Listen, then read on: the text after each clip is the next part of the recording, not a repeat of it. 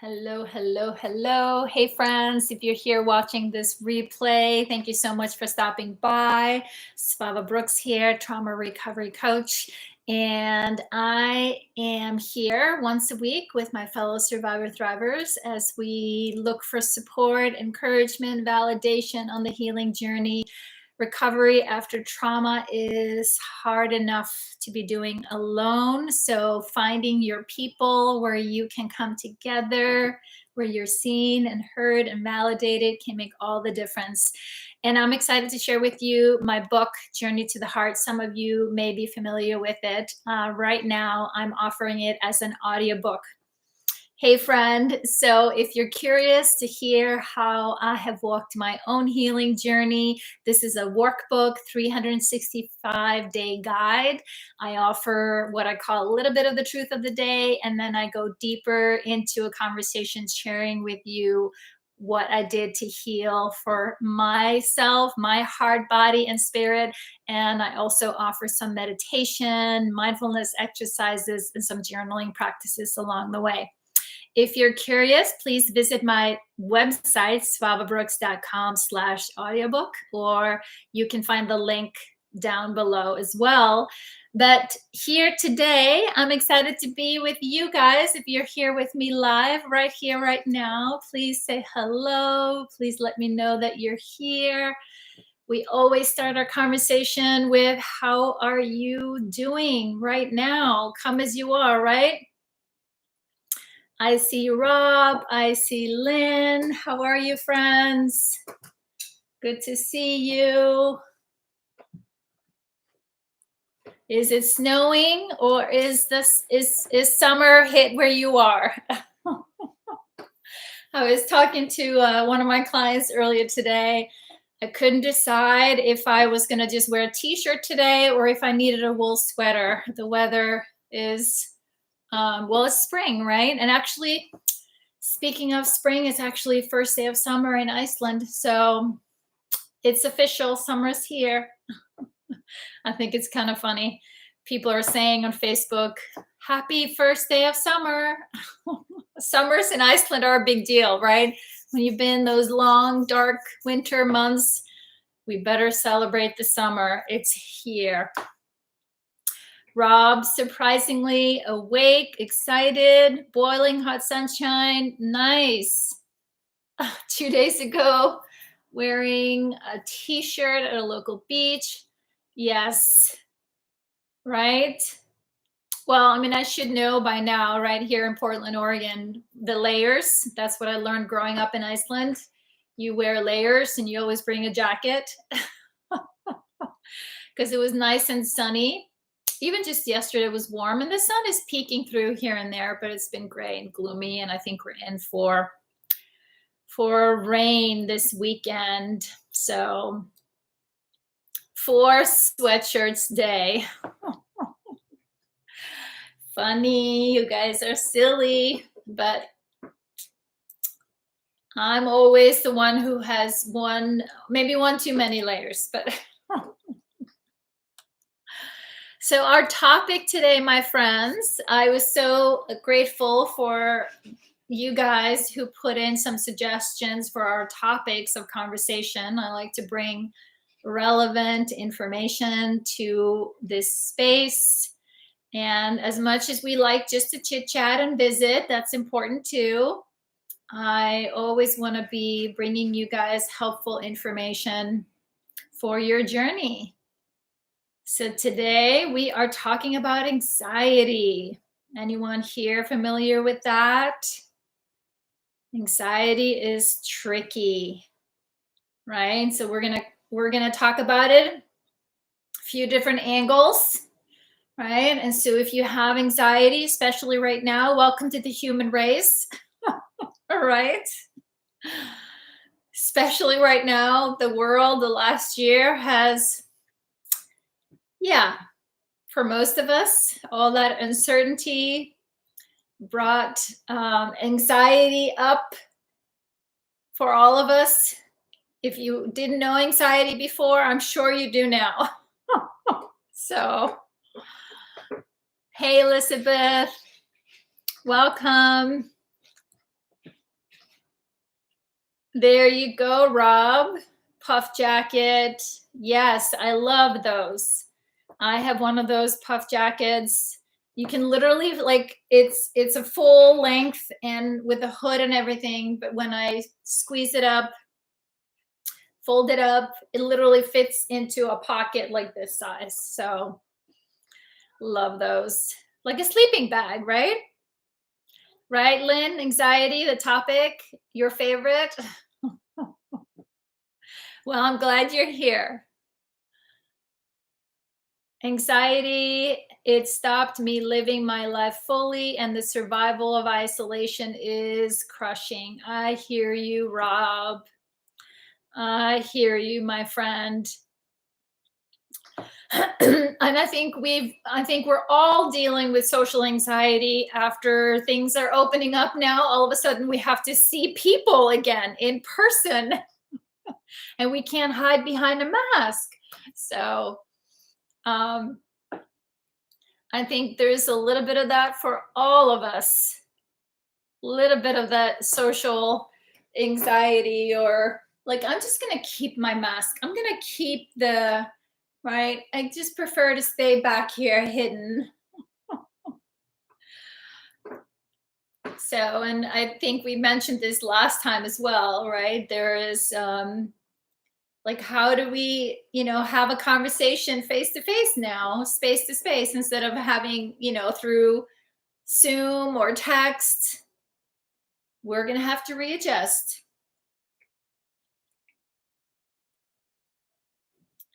Elizabeth says, I've been more myself lately and it feels great. Even some people judge me or whatever. There you go. Right? Being ourselves feels good. Feels good. Right? And that's what I keep saying. I mean, that's what I do here on YouTube. I just show up as me and see who wants to hang out, right? I'm not everybody's flavor. Not everybody likes to hang out with me, and that's okay. That's okay. So it's a good feeling. It's a good feeling. And it's a good feeling when you get that feedback too, right? Because for so many of us, we survived by putting on a face, by putting on a front, by pretending. Like, I know I played Little Miss Perfect my whole life, my whole childhood. Very much our coping strategy becomes, okay, what does this person need from me? What does this person need from me? What does this person need from me? And then we turn ourselves into pretzels to, be that filter, or to be that person, caretaker, making people happy, being the clown, right? Whatever it's required in that situation. And it's exhausting. Whew, right? Excuse me, I just threw back a smoothie before I sat down. So I'm curious. There you go. Too much for some, not enough for others. Yes. Yes. So I'm curious, like, how does anxiety show up for you, right? If we just put it out there, we start with that. How does anxiety show up for you? And how are you working with it, right? Of course, there are some statements that we can put out there about anxiety. Very often we hear anxiety is worry about the future. So I don't know if that's something that resonates with you. When you get anxious, is it about something that you're about to do? Is it about people? Is there particular situations that bring you anxiety? And I'm also curious, how do you know you're anxious? Right? Let's turn to the body a little bit, right? Because a lot of this starts in our body, in our nervous system. Rob, in your culture, it's polite to burp and just show appreciation for your food. Okay. All right. I'll do that next time we hang out. Okay. especially if you've cooked a meal. So,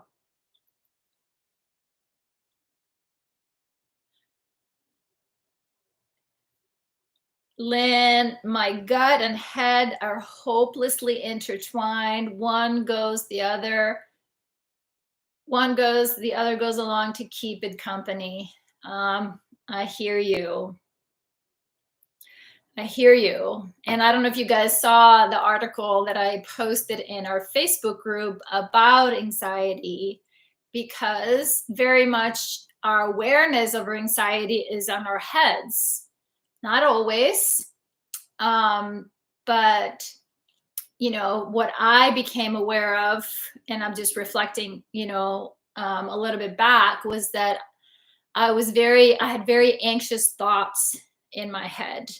And I wasn't so aware of how my anxiety was showing up in my body, right? I was only aware of the thoughts like, oof, they don't like me. Okay, I wasn't good enough. I said something wrong. I shouldn't be here, right? I don't fit in. They're mad at me. You get anxiety just thinking about anxiety. That was what I was kind of waiting to hear from you guys, to notice if that's what's happening. So then just back off. I'm pushing away from my computer a little bit because I want you to notice what's going on in your body as you are talking about anxiety, because it actually starts here. Right? We are constantly receiving information from our environment, and that information gets filtered up, noticing our body signals. Right? So you heard me talk about, let's talk about anxiety, and maybe your gut got butterflies in the chest, and then those signals send the messages to the mind. Uh-oh, I don't want to talk about that. That's uncomfortable. And what does that do to what's the next step after the body, the thoughts, and then our behavior or action? What do we want to do? I'm going to log off this. I'm not going to listen today. This feels uncomfortable, right? So what can we do right here in this moment? If you're noticing your body responding to the topic, can you place your hand on your heart? I got my other hand here on my belly, allowing my belly to get soft. Retreat and regret. Yes, I hear you. And it happens so fast. It happens so fast. I was going to give you an example in just a minute. Just this week, it happened to me. Just like in a snap like that. So if you can, so here's a suggestion for you, or we do a little bit of tapping. A little bit of tapping. Because the nervous system gets activated, like your fight or flight, your sympathetic response immediately kicks in. So what can we do to help bring it back down? Tapping, taking deep breath, slowing our exhales. Because your body isn't, right? Your body isn't thinking about why you're doing this. It's just doing it, right? Something's uncomfortable. This is uncomfortable. We're responding to it.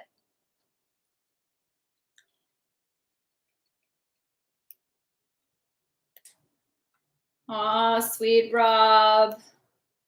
Right here I am tapping, tapping, tapping, tapping, tapping, tapping. And what I like to tell myself when I'm tapping, write it down if you have to, right? You guys know me and my sticky notes. As I can feel the butterflies, I can feel the tension grabbing me. The sympathetic goes off on a little bit.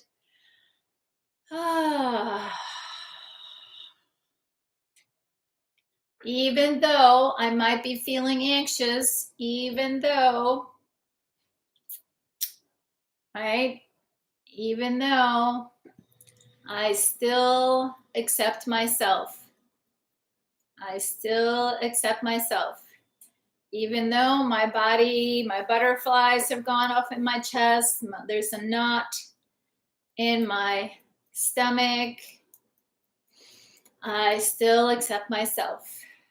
I still accept myself. Yeah, anxiety sucks. Having anxiety sucks. It's not fun at times at all.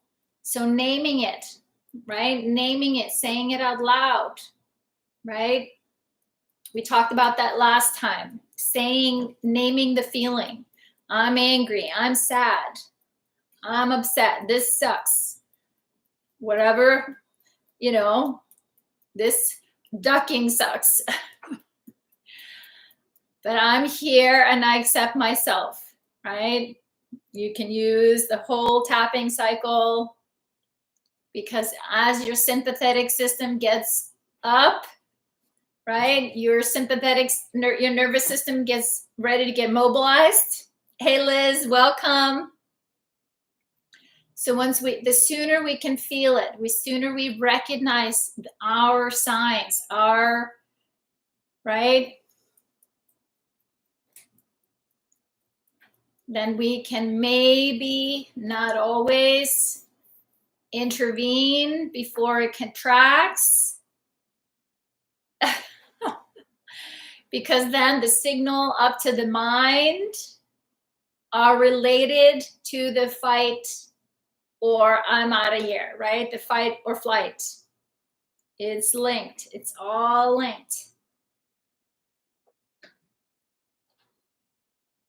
Awesome, Elizabeth. Yes, tapping is great. Definitely one of the tools that I use. I'm a fan of this one here, crossing the midline, right? We activate both sides of our brain. Whatever we can do to kind of bring ourselves back into the body. Yes, Lynn, swearing helps relieve stress. Absolutely. Absolutely, it does. Absolutely. And and of course, crying, feeling our feelings also helps to relieve stress, like shaking does too, like the tremors, right? So yeah, like I mentioned, it starts with the body.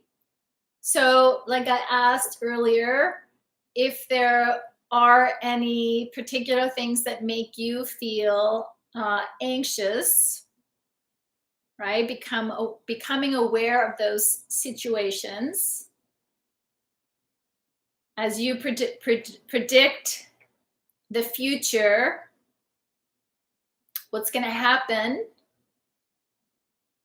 right? The same way you notice, or you're predicting dinner is coming up, I'm getting hungry, you get mobilized to making yourself some food to take care of that need. You're hungry, you need food. The same thing happens when we think of something that makes us feel anxious. We're mobilized to take action. And then trying to take the steps to intervene so we don't get completely hijacked by our anxiety. Rumination, perseverance. Here's what I was going to tell you guys earlier. Earlier this week, I was scheduled to go have dinner with my daughter after work. And it was the day when all of us were listening to the news, waiting for the verdict, right? And so basically, that's why that day stuck with me. And I was here at home taking care of business. And then I exercised a little bit, and then I took a nap. And then just before I took a nap, I was reading some of the headlines on Twitter, and I saw that the city mayor had declared like an emergency in Portland, like, state of emergency because of, unrest. And then I took a nap, and when I woke up, I kind of woke up with, I could feel the anxiety because I was just about to head out the door. I don't live too far from downtown. And the minute I woke up, I could feel the anxious energy in my body, and I reflected on the news, right? And it's like, well, I have to go out there. And I immediately like, no, I can't. Right? I immediately was ready to call off dinner. And then I woke up fully, took a few deep breaths. It's like, okay, Svava, it's okay, right? This isn't the first time, actually, and unfortunately, that we've gotten, the city has called state of emergency or unrest, political unrest in Portland. Some of you have seen the news, I'm sure, over the last year. But I knew that I didn't have anything to worry about. But I thought it was very interesting how quickly I went into, I'm not going. I was scared, right? I shouldn't be out there. So, but once I woke up fully, came to my body, it's going to be okay, Svava, right? Talk to my daughter. Okay, I'm heading over. I woke up a little startled. But that's how quickly those anxious feelings can take over in our body, and then the thoughts. And of course, I was totally fine. On the way over there, nothing to worry about. Looked like every other day in Portland. So, but I wanted to share that example with you guys. So, but reflecting again on anxious feelings and how they show up in our lives. A lot of it comes, of course, because we have trauma. We live in bodies that, were traumatized, and maybe also we didn't have, growing up, caregivers that modeled healthy expression of their feelings, or honored and validated our feelings. So very much, since we were invited and pretty much told, maybe with not so many words, that expressing how we felt was not, we couldn't do it openly or safely. So when we stopped acknowledging how we feel, disconnect from our bodies, it's for a lot of us, it creates anxiety that we can't pinpoint what's going on inside of our bodies. So, anyone relate to that? Yeah, exactly. We're off kilter. Absolutely. Absolutely.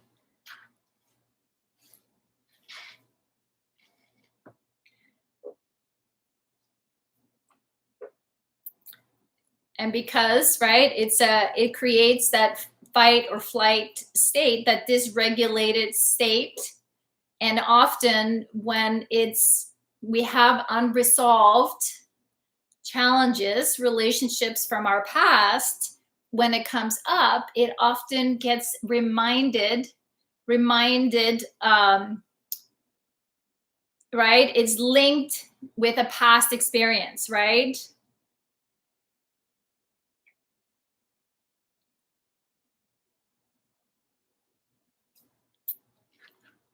I hear you, Lynn. I hear you. I hear you. And then with a stress response, if it gets triggered high enough that it sets off that part of our brain doesn't timestamp our anxiety. We basically are living it as if it's from, like, it's real, but it's from the past. But we are responding as if it's happening now. So it gets pinned on, right? This anxiety, it feels like it's happening because of this, but it doesn't have, it isn't related to what's happening now. It's just it's an energy brought up in the body, and it reminds us, and it reminds the nervous system of a past experience. And so we respond to it as if it's real and happening now.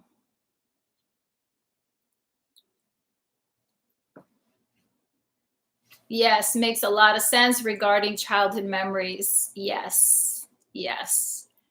I go on autopilot, says Lynn, and Liz says, I feel that free floating anxiety. Yeah, and that's it.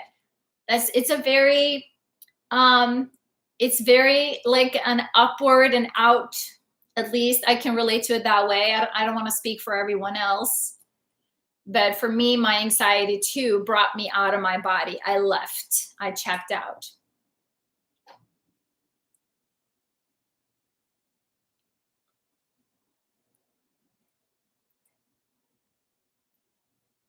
Yep, I hear you, Lynn. I hear you. I hear you. So, in your experience, right, the good news is this is our nervous system doing what it's meant to do, right? It's meant to keep us, right, alive. It's always doing what the best it can to conserve energy and keep us safe. Always, always, always. And so as we are becoming aware of that and maybe recognize, oh, interesting, here is some anxiety, or this particular situation triggers me. It's helpful for us to learn what can help us bring us back to the body, what brings the nervous system a little down back, right? Self-regulate a little bit so we can come into the present moment instead of being hijacked by our nervous system, right? So when we're having a stress response, the first thing to do is to become aware of an object that helps the survival brain to feel safe now. I hear you, Lynn, right? Neither here nor there. I hear you. So, my favorite things is that I start to look around. Like I said, if I notice, and I also like the tapping because I can feel the tapping, my hand touching, right? I'm here, I'm here, I'm here. But the most impactful, I think, is using your senses. So you look around your room. Notice colors.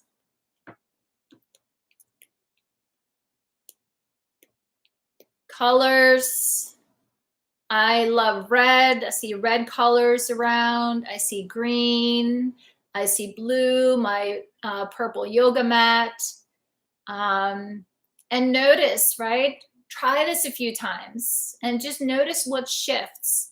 I have these little red hearts that my grandma crocheted for me. So start to notice what you see. Yes, and then the textures, right? I see the crochet. I know I can just imagine touching it, the texture of it. I also see Kevin curled up on the couch. I can imagine what he feels like if I pet him. And I see a glass table. I also see my hand weights. I was doing some exercise earlier. And also what's smelling? What smells? Anything that you can smell. I can smell some essential oils on myself. Sabrina just gave me recently some dried lavender that I can see the purple and the blue in it, and I can smell it. And what else can I smell? I think that's about it. And then what can you taste? Like I told you guys earlier, I just had my greens, my smoothie. And today I put some green powder in it that has a little aftertaste. You can also taste the banana. I love bananas. I always put lots of bananas in my smoothies. And then what can you hear? What can you hear other than my voice? I can hear the cars drive by. I made sure I fed the cats before I started today, so they're laying still, not run around. And my neighbors aren't banging around either. So not a whole lot of, it's pretty still out. Can't hear the wind or the neighbors slamming the gate or any of that. So using our senses helps our nervous system. Grounding, exactly. You know, I saw that you said you like to pace. You know, stand up, move your body. And that's also something that we can do if we feel our nervous system has gotten mobilized to the point that we can feel muscles are getting tight and that our breathing is getting shallow. Then, you know, doing our best to actually mobilize, to move the body, to walk around, maybe do some squats, bending the knees, getting that knee bend in helps. Any other ideas that you guys have? I also was sharing with someone earlier, I love textures. It's just across here, the red hearts, the rocks that I've given a few of you. I like those too. I will often have those in my hands. Wrote in the group. Tried the music thing. You found a French singer called Angel, who soothes me. Perhaps it's the foreign language. There you go. There you go. And that's exactly it, right, Rob?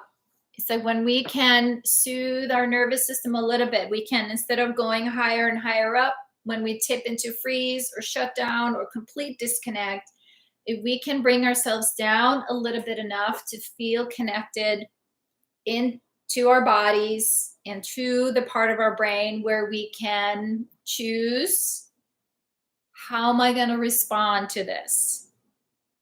Like I shared with you guys earlier, when I got startled when I woke up, and my immediate reaction was, I'm scared, I'm not leaving the house. And it was just like, okay, Svava, all righty here, let's just calm down, right? Just took a few deep breaths, really woke up. My prefrontal cortex was back online. I'm like, of course I'm safe, right? Just washing my face, really waking up. And then I got out the door instead of retreating and like calling and canceling, because like that was my immediate knee jerk reaction.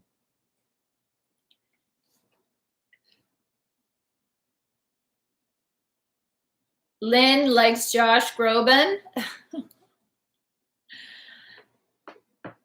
My favorite music that is like just is so soothing for my soul is listening to soundtracks. For some reason, when I watch TV shows and movies, I really cue into the music. And often I have a playlist actually where I will track down the music.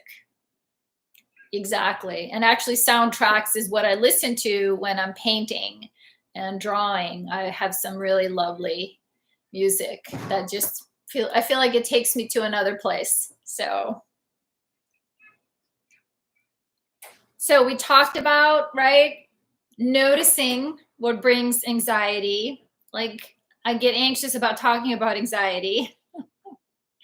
Okay, what does that mean, right? And so the anxiety sets something off.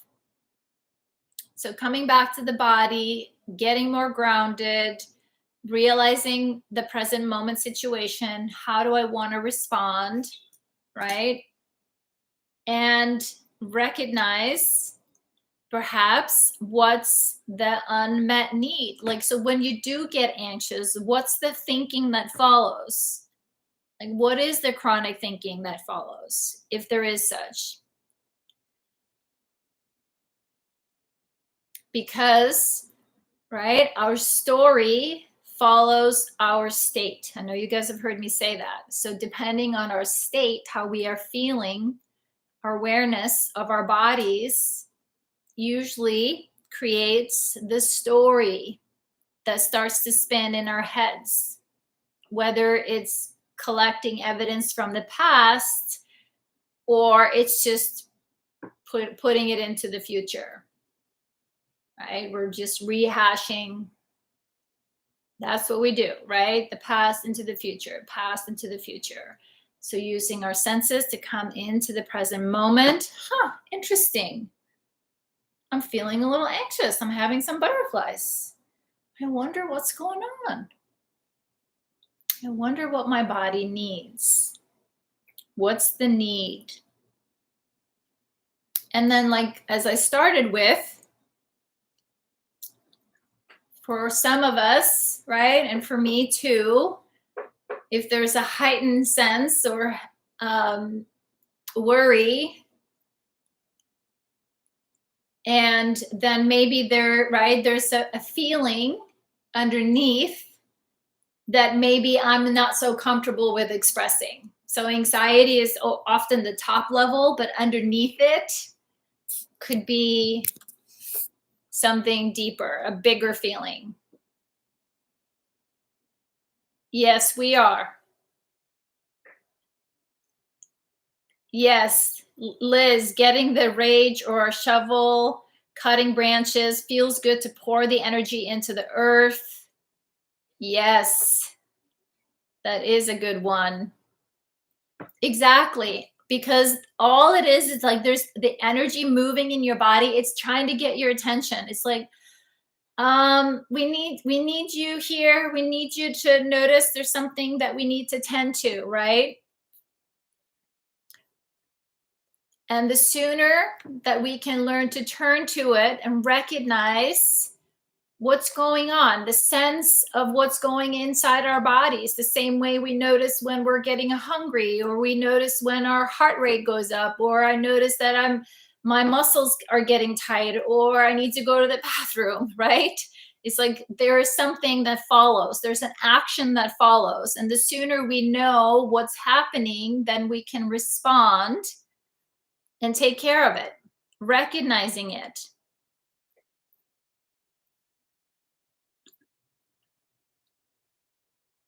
I'm looking here for a slide that I was pulling up. So sometimes underneath shame, and I mean anxiety, shame, it's actually anxiety, shame, and guilt can be, some core emotions. So sometimes when I feel anxiety, it's like, what's really going on under here? Which could be then fear, anger, grief, joy, excitement, or disgust even. So be curious about the anxiety to access the core emotion that maybe originally you didn't have an opportunity to express. Maybe because of our childhoods, right? So name the core emotion. Name the core emotion, right? Recognize when you get anxious, recognize that maybe the resistance or the defense, do our best to name it. Like I said earlier, tapping. I'm feeling anxious. Even though I'm feeling anxious, I'm still going to accept myself and that I'm feeling anxious right now. Validate, accept it, do our best to sense it in the body, stay with the sensation. Stay with the sensation in the body. This is where mindfulness and meditation practice can come in. Learning how to, right, stay with the breath or just notice the thoughts as they pass through.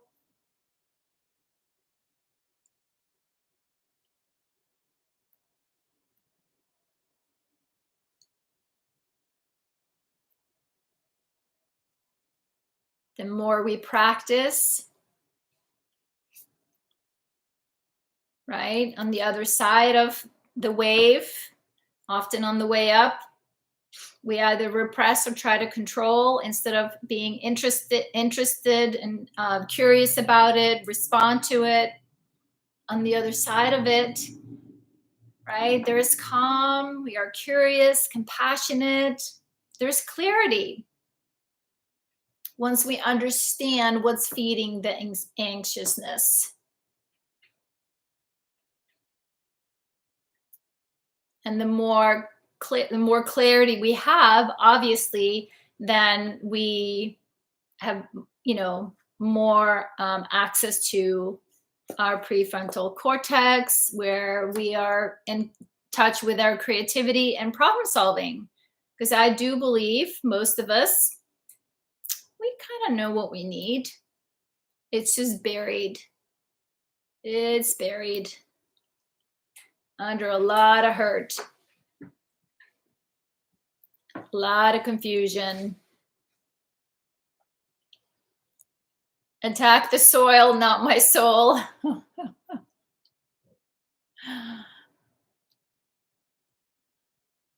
I like that. Hey, Lady Leo, just saw you. Welcome, friend. Good to see you. Good to see you. Let's see here. I was looking at my notes. So, also, if we can, so how do you manage your anxiety? Or how do you, what do you do when you feel anxious?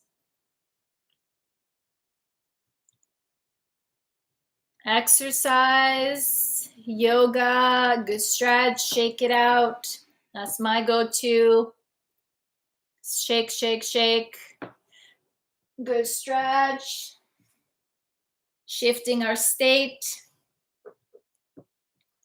Journal, write it out. Just write, even if it's just a list of words. Often putting pen to paper helps to shift. And we already talked about tune into your senses. Gratitude practice. I'm reading off a list that I have here. I'm curious to hear from you guys. What is your go-to practice? Meditate or breathe deep breaths. That's probably the most recommended or suggestion or offered to help with anxiety, right? Because when we get anxious, our breathing gets shallow. And so if we can be intentional about noticing our breath and intentional about breathing in, holding, and then exhaling slowly and intentionally.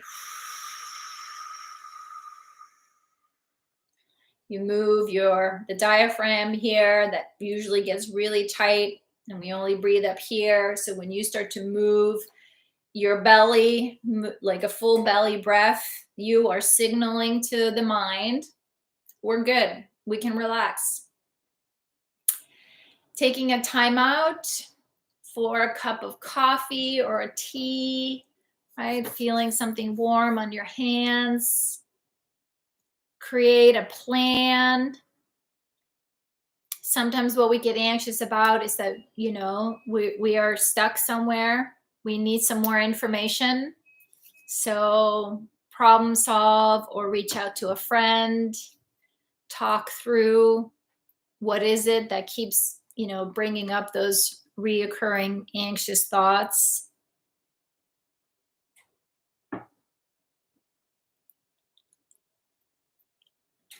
I feel like my creativity comes from a way, way, way less ventral place.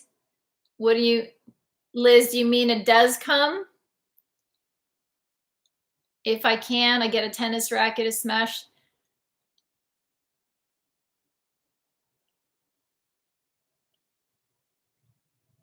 I definitely feel the art comes from a ventral vagal state, which is our connected place. Absolutely.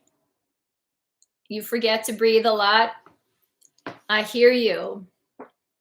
And that's something that's interesting for some of us to do, to try, is to track your breath. You guys, I left my phone somewhere else. I will, when I'm recognizing things that are going on, I will sometimes then set my alarm to ring 3 times a day. And a lot, I've done it in the past to remind myself to take a self-compassion break. And then to have it ring and check, okay, so how is my breathing? Right? Because you can place your hand. Can you feel your chest moving? Or you can place your hands on your ribs and just, can you feel your ribs expand? Can you put your hand on your belly? I hear you. I hear you, Liz. I hear you.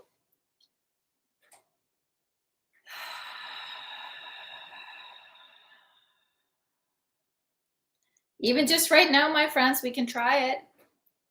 Place a hand on your chest and one on your belly. And just notice on your inhale how far, just with your normal breath, what do you notice? Where do you notice the movement?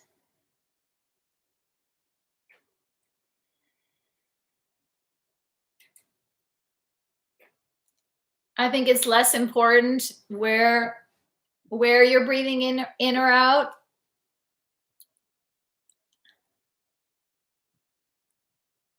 But and any of you that have been in my TRE classes, I encourage the exhale with a big sigh. I'm clearly inhaling with my nose and then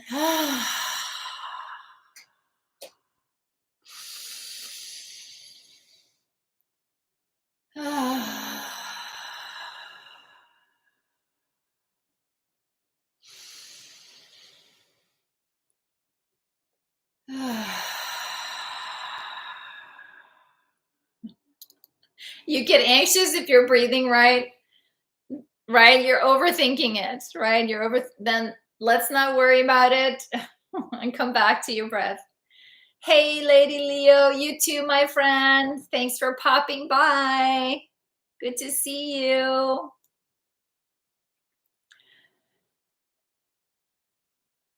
So deep belly breaths.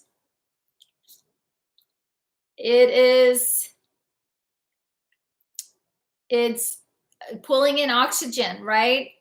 Oxygen is so important for our bodies, for our health. But yet we barely give ourselves permission to breathe, take in any more than this, right? So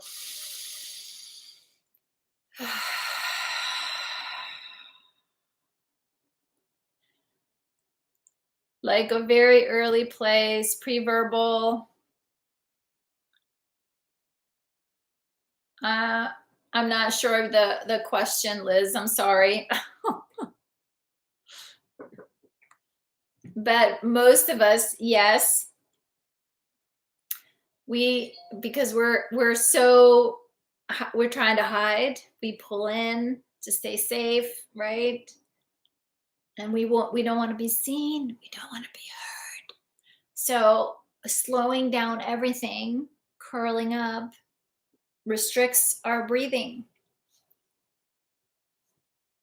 So if there's one thing you take away from our chat today to explore, is to increase your breath and feeling your feet on the ground, right? Using your senses to come to your senses, right? And it's really a practice. It's a training. We're training our nervous system to come back into the present moment, to do our best to not just live in the past or worry about the future, right? Depression, often we're overwhelmed about the past and we're anxious about the future. But coming into the present moment, noticing, how is my body doing? We track our thoughts, see how our thoughts contribute to how we feel, and how we feel contributes to our actions, our behavior, right? That cycle. So the best we can, turn towards the body, help the nervous system to calm, and be curious, right? If there is a reoccurring theme, what's the unmet need, right? What's the unmet need? And this is where we can reparent ourselves. Reparent ourselves in the present moment. We can't reparent ourselves from the past or the future. Coming into the body right now, connecting with our inner child. Now, helping our inner child to see that we are here now. I'm a safe person for you now. I'm sorry about the past. You're absolutely right. I wish I could have been there. Yes, you were alone. But I'm with you here now, and I'm doing my best to make it safe for you now. And I do that by being with my body now, to help the inner child feel safe to communicate what you're feeling and experiencing now. Right? We in the present moment can make it safe for our inner child to express, which often are the unresolved feelings from the past. Talking about where the creativity comes from. Okay, now I got it. Now I got it, Liz. Yes, I hear you. I hear you.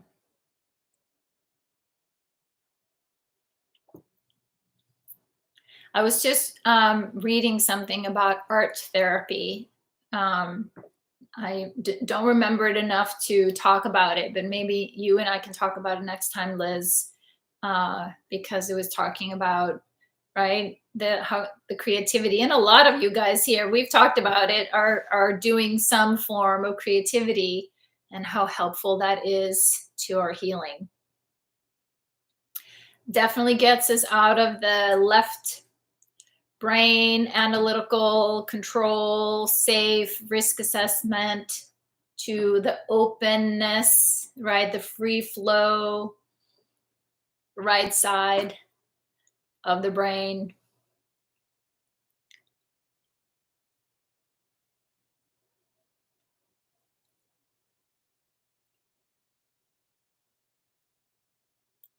All right. All right, guys. Let's see. Was there anything else? I'm looking at my notes here. Yes, I think I was just saying that, right? Anxiety comes up. There is something unresolved, often from the past. And often our anxiety as an adult are those feelings that weren't validated when we were children. So get curious. what the anxiousness is all about. It's just information passing through. It's trying to get your attention. Hey, we need an adult present. We need someone to bear witness to what's going on inside. And that's our job today as adults. Okay, right? Sometimes one breath at a time, one moment at a time, one day at a time, doing our best to help our bodies to settle, to feel okay, because we are okay. Nothing wrong with us. We're just learning how to operate all these systems that then eventually, they all work in harmony. But if they're dysregulated, they all spin out a little bit. So I know I'm really oversimplifying things, but so let's see here. The card of the day. One day she woke up and decided he or she, right? No need to be anxious. And I know it's easier said than done. Just look in the mirror and see that you're beautiful. You're perfect. You're complete. You're whole. Right?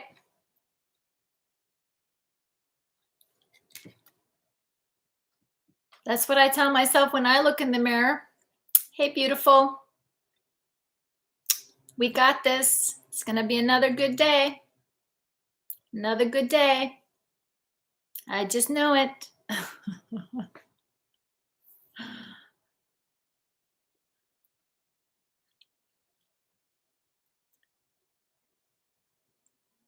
That's right, Rob. There you go, Liz. That's something to explore.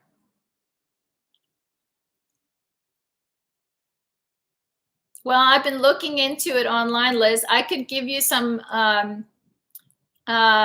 projects since you already have all the art supplies.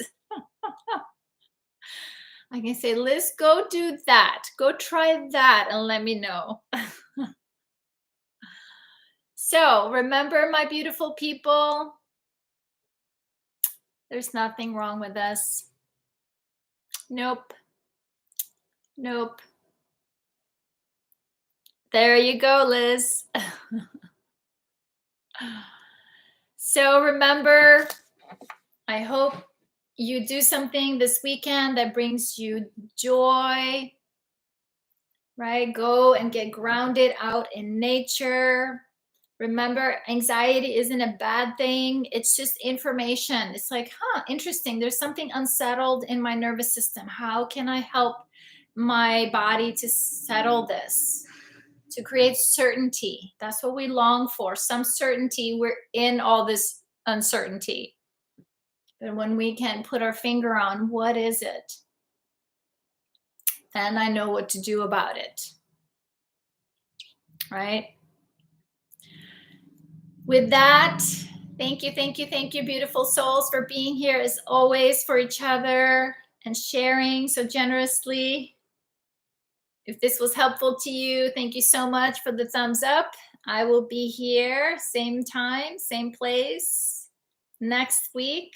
Until then, have a beautiful evening. Have a good night, Rob, and to our European friends here. It's really late for you guys, so thank you for sticking around with us. Thanks, everyone. Take care. Bye now.